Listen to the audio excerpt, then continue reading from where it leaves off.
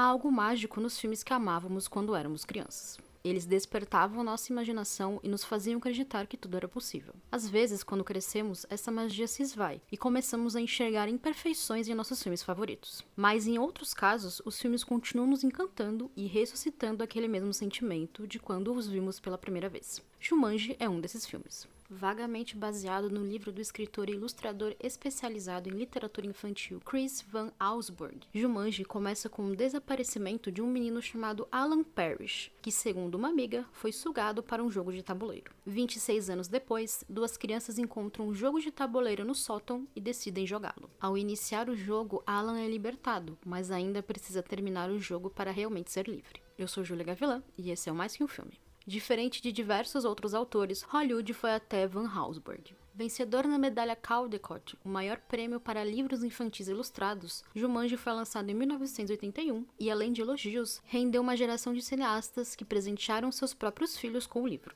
Como era de se esperar, o autor recebeu uma enxurrada de propostas para adaptações, até que um dia, seu editor sugeriu que ele fosse até Boston para uma reunião com alguns funcionários da Sony Pictures. No local estava o produtor Peter Guber, então executivo do estúdio. Apesar das expectativas do autor, Guber não estava visitando a cidade por estar interessado em adaptar Jumanji para os cinemas, e o encontro foi apenas casual. Mas o fato de Guber estar lá convenceu o autor e a editora Houghton Mifflin de que a história finalmente havia encontrado um lar cinematográfico. No fim, eles não estavam errados.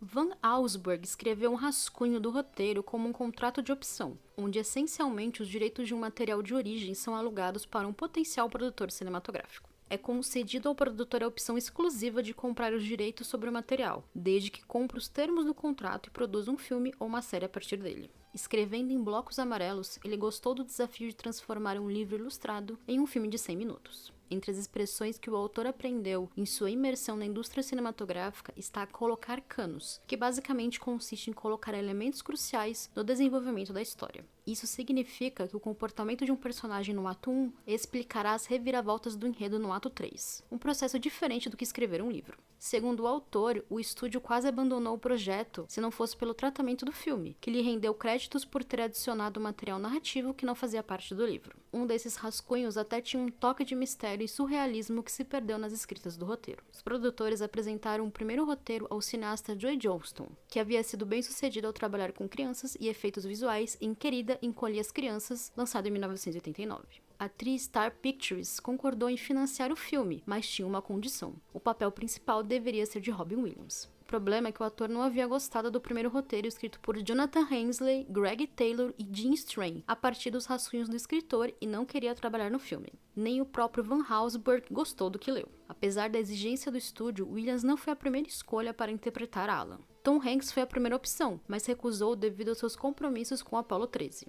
Bruce Willis também foi procurado, mas estava ocupado com Duro de Matar 3, A Vingança. Inúmeros outros atores foram considerados até Williams se tornaram um consenso. Para garantir o Williams e o financiamento, Johnston e os roteiristas passaram uma madrugada inteira trabalhando no material e realizando escritas extensas. No fim, o novo roteiro agradou o ator, que decidiu assinar o contrato. Mais tarde, Williams explicou que se identificou com a solidão que Alan sentia por ser filho único e frequentemente deixado sozinho enquanto os pais trabalhavam. O relacionamento do personagem com o pai era semelhante ao do seu próprio pai com o avô de Williams. Johnston até tinha reservas quanto à escalação de Williams, devido à reputação do ator de improvisar, e se preocupou que ele não seguisse o roteiro. Porém, Williams entendeu que se tratava de uma história bem estruturada e filmou as cenas conforme descrito no material. Apesar de filmar muitas vezes cenas duplicadas nas quais ele podia improvisar com a atriz Bonnie Hunt. Para extravasar, Williams brincava com os outros atores entre as filmagens, aproveitando para diminuir o nervosismo dos mais jovens. Todas as segundas-feiras, ele se apresentava em clubes de comédia locais para que o excesso de energia não o distraísse durante as filmagens. Curiosamente, Johnston não gostou da atuação de Hunt no primeiro dia de filmagens, por achar que era exagerado demais. Quando ela explicou ao diretor sua visão sobre o que a personagem havia passado ao ver o amigo desaparecer e ser desacreditada, Johnston entendeu e concordou com a atuação. A atriz também não foi a primeira escolha para interpretar Sarah, e nomes como Jodie Foster, Demi Moore, Madonna, Michelle Pfeiffer e Kirstie Alley foram considerados. Algumas cenas se mostraram especialmente desafiadoras de filmar, especialmente a cena em que a maior parte do elenco está na água. Como os produtores queriam economizar dinheiro, eles desejavam que os atores mirins trabalhassem mais horas por dia para que a cena levasse menos tempo para ser filmada. Foi Robin Williams que insistiu que eles não deveriam trabalhar mais do que o combinado, fazendo a cena levar 10 dias para ser filmada. Grande parte das filmagens de Jumanji aconteceram em Vancouver, onde uma maquete da casa Parrish foi construída, e as cenas internas foram realizadas. Para as cenas externas, a produção filmou em vários locais de New England, como New Hampshire, que representava a cidade fictícia de Brantford. Já um complexo de moinhos no Maine foi usado como cenário para a fábrica de sapatos da família Parrish. No entanto, o filme precisava de mais do que um bom cenário para funcionar. Segundo Van Allsburg, a palavra Jumanji significa em Zulu muitos efeitos, um presságio para a adaptação cinematográfica que viria depois. Certa vez, ele disse a editoras de livro Scholastic que adorava jogar banco imobiliário, mas no fim do jogo, tudo que sobrava era dinheiro falso. Então ele pensou em como seria legal se as coisas de um jogo de tabuleiro realmente acontecessem.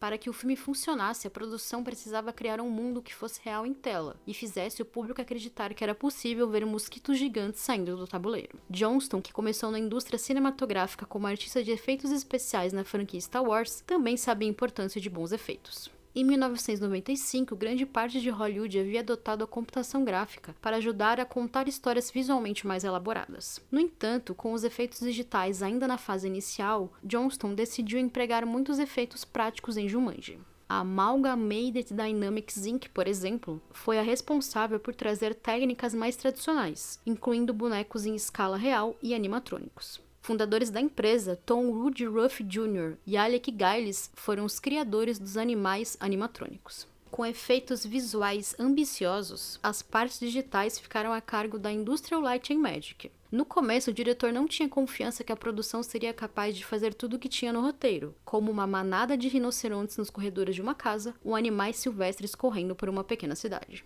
Os pelos e as plumas dos animais eram uma grande preocupação de Johnston, especialmente porque os primeiros testes da juba do leão não foram muito convincentes. Com a insistência da equipe em aprimorar a tecnologia, a produção conseguiu melhorar as imagens. Essa mistura entre efeitos digitais e práticos colaborou muito para que a história funcionasse em tela. O próprio Johnston comentou que, se o filme tivesse sido feito antes do desenvolvimento do inovador CGI de Jurassic Park, tudo teria sido feito com animatrônicos e bonecos, removendo apenas os fios e as hastes. Porém, se ele estivesse em produção 5 anos depois, provavelmente tudo teria sido feito em CGI. Nos casos de aranhas, o crocodilo e algumas plantas, tudo foi feito com animatrônicos. Já o leão e o pelicano tiveram as duas técnicas, enquanto os macacos eram todos em CGI, exceto em uma cena onde um deles sobe no ombro da jovem Sarah. Especificamente para as tomadas com os animais, a Industrial Light and Magic criou 2 novos programas. O primeiro, chamado iScope, permitiu que artistas e animadores criassem expressões faciais realistas em animais digitais. Já o outro programa permitiu pela primeira vez a criação de pelos digitais realistas. Para que os fios fluíssem aleatoriamente e ainda assim mantivessem parâmetros específicos, a equipe modelou fios individualmente na cabeça do leão em locais críticos para que pudessem obter o formato correto de um ponto específico. Eles selecionavam cerca de 40 pontos na cabeça para esses pontos específicos, para então o programa inserir o restante dos pelos perto e dentro das áreas dos pelos modelados. Esses pontos eram chamados de pelos de controle. Johnston enfatizou para a equipe que os animais deveriam ter a aparência e o comportamento mais realista possível. Porém, após visitar um zoológico para buscar referências, o supervisor de animação Kyle Balda descobriu que apenas replicar o movimento dos animais não funcionaria no filme, e os animadores precisavam exagerar esse movimento em seus modelos de computação gráfica. Mais tarde, o diretor chegou a dizer que o realismo era fácil de alcançar, mas uma cozinha cheia de macacos interagindo com objetos era muito mais difícil. A rotoscopia também foi usada para ajudar a replicar e aprimorar o movimento dos animais na cena da debandada passando pela cidade. Quando a equipe estava observando os elefantes, por exemplo, eles perceberam que a imagem ficava melhor se usassem rotoscopia para ajudar na cadência e na ordem dos passos do animal, mas exagerando o movimento e tornando a passada maior do que na vida real. Ao exagerar, o animador dá vida ao animal, mesmo que não seja verossímil. Curiosamente, o rinoceronte acabou sendo mais lento por acidente, porque alguém havia adicionado quadros demais a ele. Como todos gostaram do jeito que ele andava, o rinoceronte foi mantido com o movimento original. O trabalho na Industrial Light and Magic foi liderado pelo supervisor de efeitos visuais Stephen Price, que infelizmente faleceu durante a produção. Ken Ralston posteriormente assumiu o cargo.